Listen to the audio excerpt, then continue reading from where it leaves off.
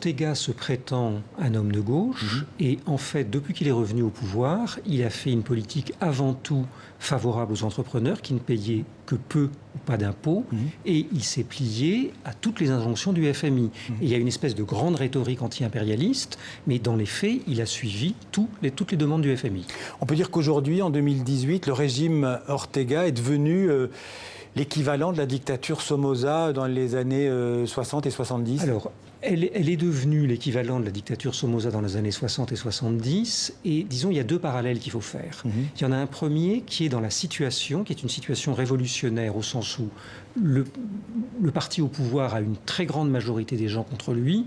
Différentes enquêtes montrent qu'il a au mieux un tiers des gens qui sont partisans du régime. 8 à 10% de gens qui sont des partisans durs et 20% qui sont des gens qui sont des partisans intéressés puisqu'ils vivent du clientélisme d'État. Et surtout, disons, toute l'aura du pouvoir s'est effondré. Et il apparaît comme un tyran sanguinaire, exactement comme le dernier des Somoza l'est apparu. Et en même temps, même ses disciples ne croient plus en la mythologie sandiniste. Il y a toute une partie des gens qui ont été ses compagnons d'armes qui sont aujourd'hui ses premiers opposants. Je pense à quelqu'un comme Sergio Ramirez, qui a été son vice-président, qui prend la plume pour dénoncer la dictature et de la façon la plus nette et la plus décidée. Je pense à Dora Maria Tellez, qui a été une des grandes commandantes de la Révolution. Il y en a des tas d'autres qui sont moins connus, mais qui sont tous en première ligne dans la bataille contre lui.